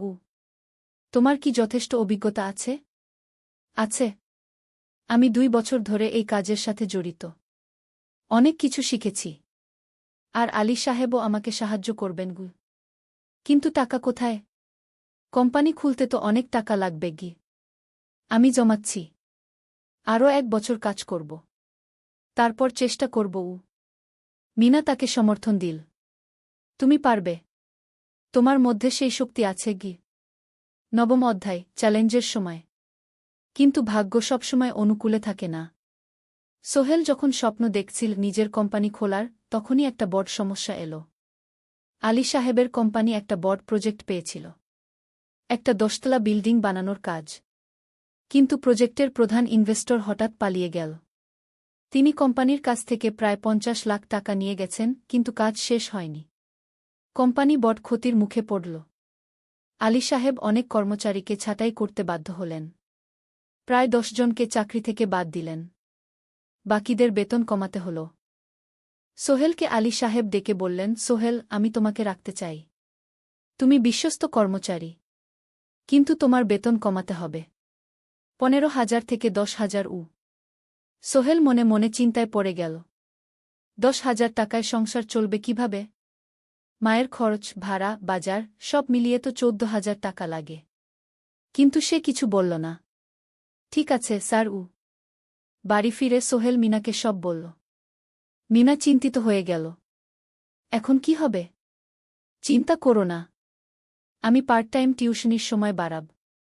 আর তুমিও বেশি করে টিউশন নাও। কিন্তু আমার তো পড়াশোনাও আছে। জানি। কিন্তু এখন এটাই করতে হবে।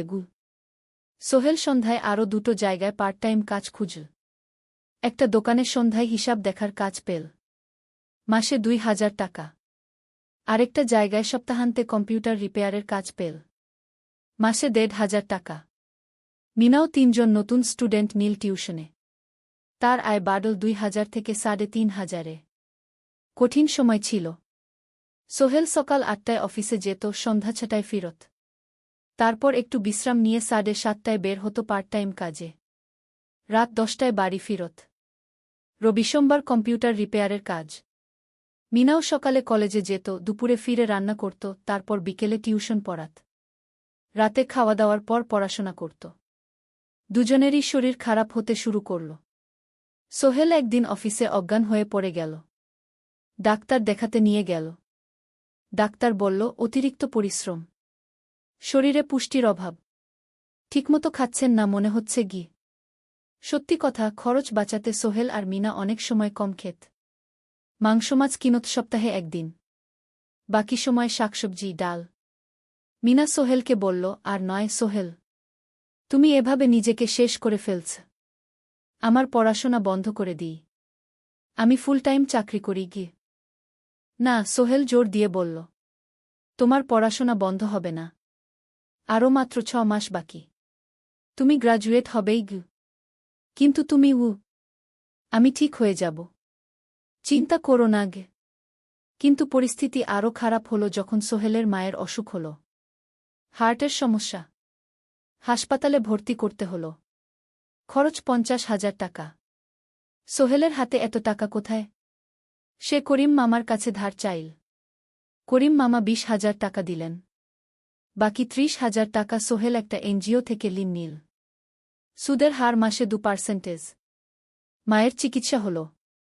তিনি সুস্থ হয়ে গেলেন। কিন্তু সোহেল এখন ঋণের বোঝায় পড়ে গেল। প্রতি মাসে 3,000 টাকা করে কিস্তি দিতে হবে। সেই রাতে সোহেল আর মিনা বিছানায় শুয়ে কথা বলছিল।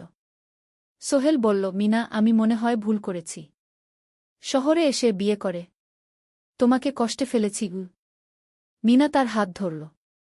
না সোহেল, তুমি ভুল করনি। জীবনে এরকম খারাপ সময় আসে। কিন্তু এটা কাটিয়ে ওঠাই হলো আসল শক্তি। আমরা একসাথে আছি। একসাথে থাকব। সব কিছু ঠিক হয়ে যাবে। মিনার কথায় সোহেল একটু সাহস পেল। হ্যাঁ, হাল ছাড়া যাবে না। 10ম অধ্যায়, আলোর দিকে।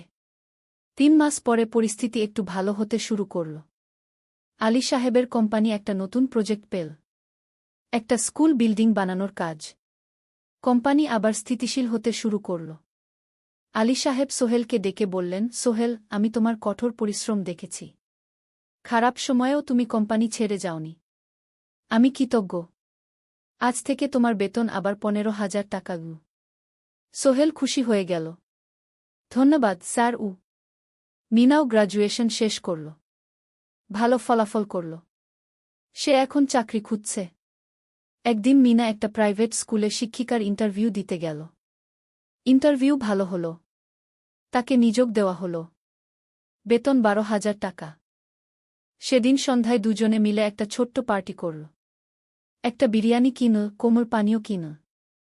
দুজনে মিলে খেল। আমরা পেরেছি, সোহেল মিনা বলল। হ্যাঁ, আমরা পেরেছি গু। এখন দুজনের মিলিয়ে আয় 27,000 টাকা। খরচ চালানোর পর প্রায় 10,000 টাকা বাঁচে। সোহেল এই টাকা দিয়ে লেন শোধ করতে শুরু করল। পার্ট টাইম কাজগুলো ছেড়ে দিল। শরীরের যত্ন নেওয়া শুরু করল। আরও 6 মাস পরে সোহেলের কাছে একটা বড় সুযোগ এল। আলী সাহেব একদিন তাকে ডাকলেন। সোহেল, তুমি কি নিজের ব্যবসা করতে চাও? স্যার, আমি তোমাকে একটা ছোট্ট প্রজেক্ট দিতে চাই। একটা 3 তলা বিল্ডিংয়ের কনস্ট্রাকশন। তুমি ম্যানেজ করবে, আমি শুধু সুপারভাইজ করব। লাভের 50% তোমার গু। সোহেল ভাবল, এটা একটা বড় সুযোগ, কিন্তু ঝুঁকিও আছে। যদি কাজটা ভালোভাবে না হয়? স্যার, আমি চেষ্টা করব, কিন্তু যদি ভুল হয়? ভুল হবে না। আমি তোমার উপর বিশ্বাস রাখছি, তুমি পারবে গু। সোহেল রাজি হয়ে গেল। এই প্রজেক্ট তার জীবনে টার্নিং পয়েন্ট হতে পারে। 11 অধ্যায়, স্বপ্ন পূরণের পথে। পরের 6 মাস সোহেল খুব কঠোর পরিশ্রম করল। প্রজেক্টটা ম্যানেজ করা সহজ ছিল না। শ্রমিক নিযোগ, ম্যাটেরিয়াল কেনা, কাজের তদারকি, সময়মতো কাজ শেষ করা, সব দায়িত্ব তার। প্রথম 2 মাস খুব চাপের মধ্যে গেল। একদিন একজন শ্রমিক কাজ করতে গিয়ে আহত হল। সোহেল তাকে হাসপাতালে নিয়ে গেল, তার চিকিৎসার খরচ দিল। এতে প্রজেক্টের বাজেট একটু বাড়ল, কিন্তু সোহেল জানত এটা করা দরকার। আরেকদিন ভুল ম্যাটেরিয়াল ডেলিভারি হল। সোহেল সেগুলো ফেরত পাঠাল, সঠিক জিনিস আনাল। এতে 3 দিন দেরি হল, কিন্তু কাজের মান ঠিক রইল। মিনা তাকে সবসময় সাপোর্ট করছিল। সে এখন চাকরিতে স্থিতিশীল। স্কুলের বাচ্চারা তাকে পছন্দ করে। প্রিন্সিপাল তার কাজে খুশি। প্রজেক্ট শেষ হল 6 মাসে। সময়মতো, বাজেটের মধ্যে। বিল্ডিংয়ের মালিক খুব খুশি হলেন। তিনি আলী সাহেবকে ধন্যবাদ দিলেন। আলী সাহেব বললেন, ধন্যবাদ আমাকে না, এই ছেলেকে দিন। সোহেল পুরো প্রজেক্ট ম্যানেজ করেছে গু। প্রজেক্ট থেকে মোট লাভ হল 3 লাখ টাকা। সোহেল পেল 1.5 লাখ টাকা। তার জীবনে এত টাকা এই প্রথম। সে করিম মামার ঋণ শোধ করল। এনজিওর বাকি ঋণ শোধ করল। তারপর তার মাকে 50,000 টাকা পাঠাল। মা দিয়ে গ্রামের বাড়িটা একটু মেরামত করাল, বোন ঋতুর জন্য একটা ল্যাপটপ কিনল। বাকি টাকা দিয়ে সোহেল একটা ব্যাংক অ্যাকাউন্টে জমা রাখল, ভবিষ্যতের জন্য। আলী সাহেব সোহেলকে আরও 2টো প্রজেক্ট দিলেন, এবার একটু বড়। সোহেল আত্মবিশ্বাসের সাথে সেগুলোও শেষ করল। 2 বছর পরে সোহেল সিদ্ধান্ত নিল, এবার নিজের কোম্পানি খোলার সময় এসেছে। 10 অধ্যায়, নতুন শুরু। সোহেল তার সব জমানো টাকা দিয়ে একটা ছোট্ট অফিস ভাড়া নিল। 2 রুমের অফিস। একটা রুমে কাজের জায়গা, আরেকটায় ছোট্ট মিটিং রুম। অফিসের সামনে একটা বোর্ড লাগাল, Sohel construction and development. Meena তাকে সাহায্য করছিল। সে অফিসের অ্যাকাউন্টস দেখত সন্ধ্যায় স্কুল থেকে ফিরে। দুজন মিলে একটা টিম। প্রথমে ছোট ছোট কাজ নিল। বাড়ি মেরামত, দোকান সংস্কার, ছোট বিল্ডিং কনস্ট্রাকশন। কাজের মান ভালো রাখার চেষ্টা করল। সময়মতো শেষ করল। দাম ন্যায্য রাখল। ধীরে ধীরে সোহেলের সুনাম ছড়িয়ে পড়ল। মানুষ তাকে বিশ্বাস করত। তার কাছে নতুন নতুন কাজ আসতে লাগল। প্রথম বছর খুব কষ্ট হল। কখনো লাভ হতো, কখনো লস। কিন্তু সোহেল থেমে থাকল না। সে শিখতে লাগল ব্যবসা কিভাবে চালাতে হয়। দ্বিতীয় বছরে পরিস্থিতি ভালো হল। সোহেল এখন 3 জন স্থায়ী কর্মচারী নিযোগ দিল। একজন ইঞ্জিনিয়ার, একজন সুপারভাইজার, একজন অফিস সহায়ক। তৃতীয় বছরে একটা বড় প্রজেক্ট পেল। একটা স্কুল বিল্ডিং বানানোর কাজ। 5 তলা বিল্ডিং। সোহেল পুরো মনোযোগ দিয়ে কাজটা করল। শ্রমিকদের ভালো বেতন দিল, ভালো ম্যাটেরিয়াল ব্যবহার করল, সময়মতো কাজ শেষ করল। স্কুল কর্তৃপক্ষ খুব খুশি হল। তারা সোহেলের কাজের প্রশংসা করল। এই প্রজেক্ট থেকে সোহেল প্রায় 5 লাখ টাকা লাভ করল। এই টাকা দিয়ে সে আরও ভালো একটা অফিস নিল। আরও কর্মচারী নিযোগ দিল। এখন তার কোম্পানিতে 10 জন স্থায়ী কর্মচারী। প্রজেক্ট অনুযায়ী আরও শ্রমিক নিযোগ দেওয়া হয়। 13 অধ্যায়, পরিবার। এদিকে সোহেল আর মিনার সংসারেও খুশির খবর এল। মিনা গর্ভবতী। 9 মাস পর তাদের একটা মেয়ে হল। নাম রাখো সারা। সারা যখন জন্মাল, সোহেলের মা আর বোন চট্টগ্রামে এল। মা 1 মাস থেকে গেলেন। মিনাকে সাহায্য করলেন। সোহেল এখন একটা বড় ফ্ল্যাট ভাড়া নিয়েছে। 3 রুমের ফ্ল্যাট। একটা রুমে সোহেল, মিনা, একটায় সারা, আরেকটায় অতিথি রুম। মায়ের জন্য সোহেল সিদ্ধান্ত নিল তাকে চট্টগ্রামে নিয়ে আসবে। গ্রামে একা থাকা ঠিক না। কিন্তু মা রাজি হলেন না। না বাবা, আমি গ্রামেই থাকব। এখানে আমার পরিচিত মানুষ আছে। তোর বোনকে নিয়ে যা। ও ঢাকায় পড়ছে, চট্টগ্রামে এনে ভালো কোথাও ভর্তি করিয়ে দেগি। সোহেল তাই করল। ঋতুকে চট্টগ্রাম বিশ্ববিদ্যালয়ে ভর্তি করিয়ে দিল। ঋতু এখন সোহেলের ফ্ল্যাটে থাকে, বিশ্ববিদ্যালয়ে পড়ে। সোহেলের মনে হল তার জীবন এখন পরিপূর্ণ। স্ত্রী, মেয়ে, বোন সবাই তার কাছে। ব্যবসা ভালো চলছে। মা গ্রামে সুখে আছেন। 14 অধ্যায়, সফলতার শিখরে। 5 বছর কেটে গেল। সোহেল এখন একজন সফল উদ্যোক্তা। তার কোম্পানি কি সোহেল কনস্ট্রাকশন অ্যান্ড ডেভেলপমেন্ট এখন চট্টগ্রামে বেশ পরিচিত। প্রায় 30 জন কর্মচারী তার অধীনে কাজ করে। সোহেল এখন শুধু ছোট প্রজেক্ট করে না, বড় বড় প্রজেক্টও করে। একটা 8 তলা বিজনেস কমপ্লেক্স বানানোর কাজ পেয়েছে। একটা হাসপাতাল বিল্ডিং বানাচ্ছে। মিনা এখনও স্কুলে পড়ায়। সে এখন ভাইস প্রিন্সিপাল। সাথে সোহেলের কোম্পানির অ্যাকাউন্টস ম্যানেজার। দুজন মিলে ব্যবসা চালা। সারা এখন 4 বছরের। স্কুলে ভর্তি হয়েছে। খুব চালাক মেয়ে। ঋতু বিশ্ববিদ্যালয় থেকে গ্রাজুয়েট হয়ে একটা ব্যাংকে চাকরি পেয়েছে। একদিন আলী সাহেব